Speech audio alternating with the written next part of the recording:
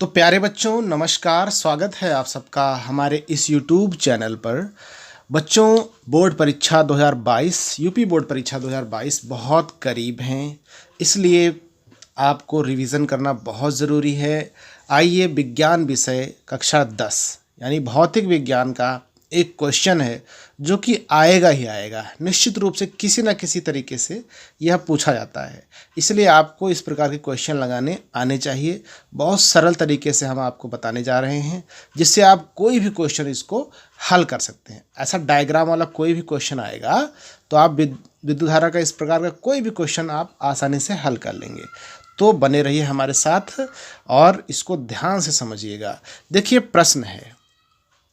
प्रश्न है निम्न परिपथ में ज्ञात कीजिए। पहली चीज तुल्य प्रतिरोध, दूसरी चीज परिपथ में कुल धारा, और तीसरी चीज है ए व बी बिंदुओं के बीच विभवांतर। ए व बी बिंदुओं के बीच क्या ज्ञात करना है? विभवांतर ज्ञात करना है। देखिए, आपको ये परिपथ दिया गया है, ठीक है। परिपथ में एक बैटरी लगी हुई है जिसका विभवांतर है 2 वोल्ट, और इसमें 3 प्रतिरोध हैं। एक है 4 ओम का, बाकी 2 हैं 2 ओम और 2 ओम के। तो इस प्रकार देखिए डायग्राम, आपको पता होगा कि प्रतिरोध 2 प्रकार से जोड़े जा सकते हैं। एक बार रिवीजन कर लीजिए।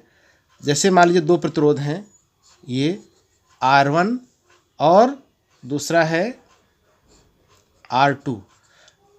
इनको हम 2 प्रकार से जोड़ सकते हैं। पहला है श्रेणी क्रम। देखिए इस प्रकार से, एक की पूंछ दूसरे का सर, R1 और R2 इस प्रकार से जोड़ दिया।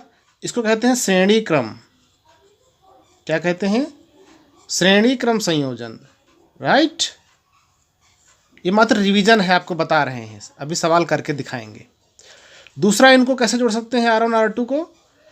समांतर क्रम में, R1 और R2 दोनों के एक सिरे एक साथ जोड़ दिए, दूसरा सिरा एक साथ जोड़ दिया, तो ये है समांतर क्रम संयोजन। ये किस प्रकार से है? समांतर क्रम संयोजन, ठीक है। श्रेणी क्रम में परिणामी प्रतिरोध क्या होगा? R बराबर R1 प्लस R2, ठीक है। और समांतर क्रम में 1/R बराबर 1/R1 प्लस 1/R2, ठीक है। ये आपको बताया है और आपको पता भी होना चाहिए। अब देखिए, एक चीज़ आपको क्लियर बता दें, श्रेणी क्रम संयोजन में धारा यानी I हर प्रतिरोध में समान होती है, परंतु विभवांतर यानी V अलग अलग प्रतिरोध में अलग अलग होता है। जैसे इसका V1 होगा और इसका V2 होगा। परंतु यहाँ समांतर क्रम में क्या होता है? उल्टा होता है। समांतर क्रम में विभवांतर सबका समान होता है, चाहे जितने प्रतिरोध हों, सबका विभवांतर क्या होगा? समान होगा, V ही होगा, राइट। और धारा, इसमें I1 बहेगी तो इसमें I2 बहेगी।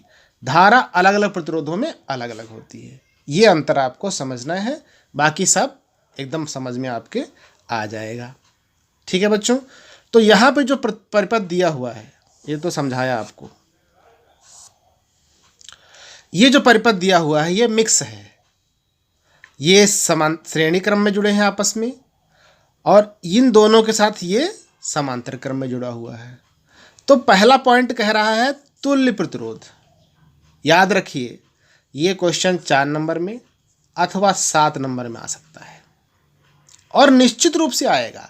इस प्रकार का जो प्रश्न है वो निश्चित रूप से आपको पेपर में मिलेगा। इसलिए आपको आना चाहिए, ताकि आपके 4 नंबर और 7 नंबर पूरी तरह से आपको मिल जाएं। तो देखिए, 3 चीज़ें इसमें निकालनी है, first, second and third. Okay, first में क्या निकालना? तुल्य प्रतिरोध निकालना। तुल्य किसका? पूरे परिपथ में जितने प्रतिरोध लगे हुए हैं सबका तुल्य प्रतिरोध, यानी पूरे परिपथ का परिणामी प्रतिरोध निकालना है। तो नंबर 1, पूरे परिपथ का क्या निकालना है आपको? परिणामी प्रतिरोध निकालना है, राइट।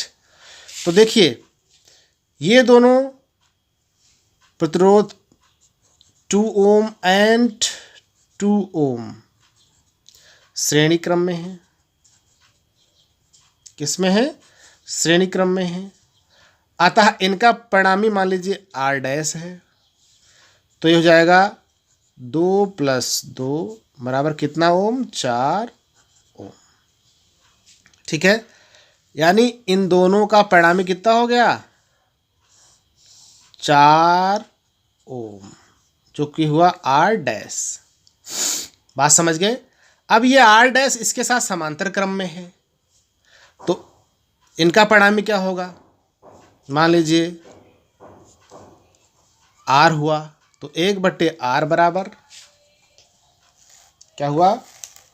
1/R बराबर 1/R बराबर 1/4, यानी ये वाला, कौन सा? ये वाला, और प्लस 1/4 यानी ये वाला। अब इनको जोड़ दीजिए तो हो जाएगा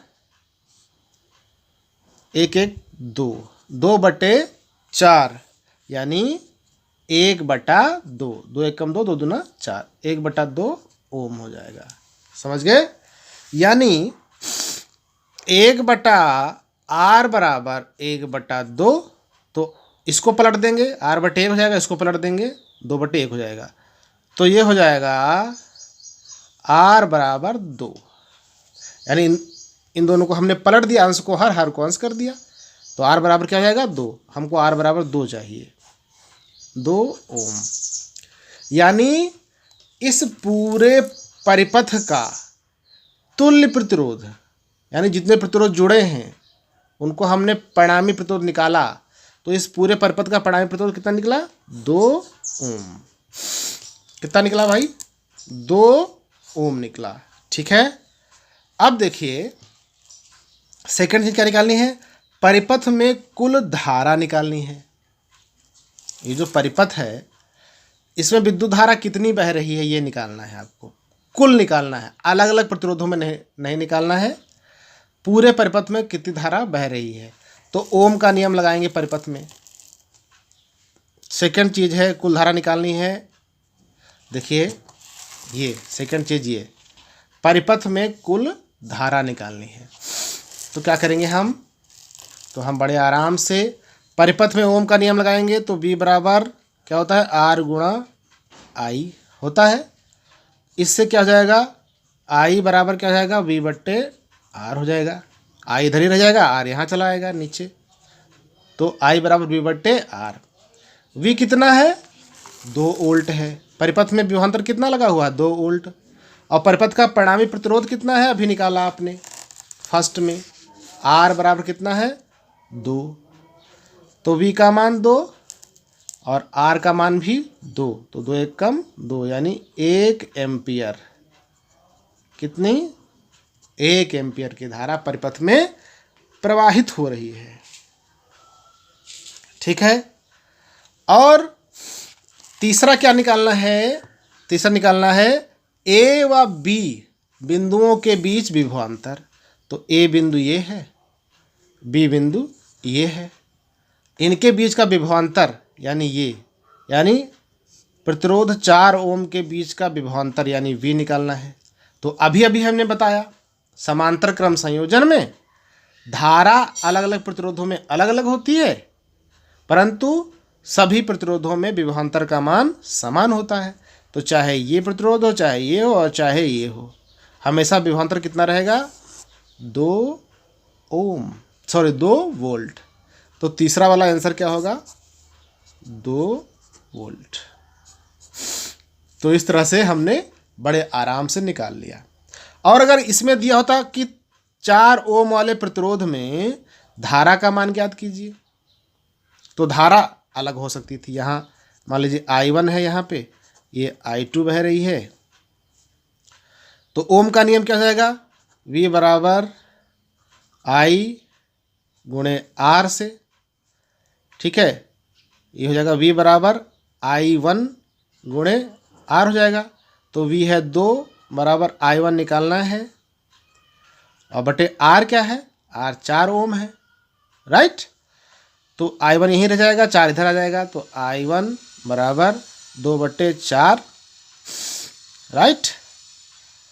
यानी 2 एकम 2, 2 दूना 4, 1/2 यानी 0.5 एम्पियर। इसमें धारा कितनी बह रही है, 0.4 दशमलव कितना 0.5 एम्पियर बह रही है।